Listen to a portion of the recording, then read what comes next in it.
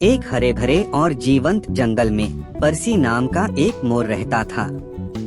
पर्सी कोई साधारण मोर नहीं था, वह अब तक देखा गया सबसे शानदार मोर था। उसके पंख नीले, हरे और बैंगनी रंग की इंद्रधनुषी टेपेस्ट्री थे और वे सूरज की रोशनी में कीमती रत्नों की तरह चमक रहे थे। पर्सी को अपनी सुंदरता के बारे में पता था और उसे इस पर बहुत गर्व था।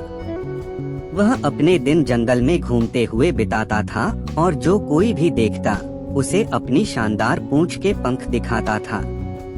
वह अक्सर अन्य जानवरों से प्रशंसात्मक फुसफुसाहट सुनता था और इससे उसे और अधिक गर्व होता था। लेकिन जैसे जैसे समय बीतता गया, पर्सी का घमंड घमंड में बदल गया। वह अपने रूप रंग को लेकर इतना जुनूनी हो गया कि अपने वन मित्रों की उपेक्षा करने लगा।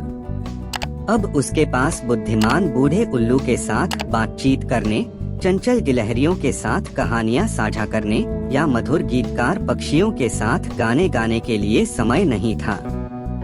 एक दिन जब पर्सी जंगल में घूम रहा था, उसकी नजर एक साथ बैठे युवा जानवरों के एक समूह पर पड़ी। वे कांप रहे थे और बहुत डरे हुए लग रहे थे। पर्सी, जो हमेशा अपनी सुंदरता के बारे में चिंतित रहता था, यह ध्यान देने में विफल रहा कि एक भयानक तूफान आ रहा था। युवा जानवरों ने पर्सी से मदद मांगी, लेकिन वह पोखर में अपने प्रतिबिंब को निहारने में इतना व्यस्त था कि उसने उन पर ध्यान ही नहीं दिया। उसने अपनी शानदार पूंछ के पंखों को लहराकर उन्हें साफ कर दिया और अपना प्रदर्शन जारी रखा। तूफान इतनी तीव्रता के साथ आया कि जंगल हिल गया। हवा गरजने लगी, बारिश होने लगी और आकाश में बिजली कड़कने लगी। पर्सी, जो अब भीग चुका था और ठंडा था, को अंतः स्थिति की गंभीरता का एहसास हुआ। अपने अहंकार पर लज्जित होकर उसने एक पेड़ के नीचे शरण ली। जैसे जैसे तूफान बढ़ता गया, पर्सी ने युवा जानवरों को गर्मी और आराम के लिए एक साथ इकट्ठा होते देखा। उन्होंने दयालुता और एकता दिखाई थी, जिसे उसने आत्म प्रशंसा की खोज में अनदेखा कर दिया था। पर्सी का अभिमान टूट गया, उसकी जगह पछतावे की गहरी भावना ने ले ली। जब तूफान अंततः थम गया, तो पर्सी विनम्रतापूर्वक युवा जानवरों के पास गया और उनसे क्षमा मांगी।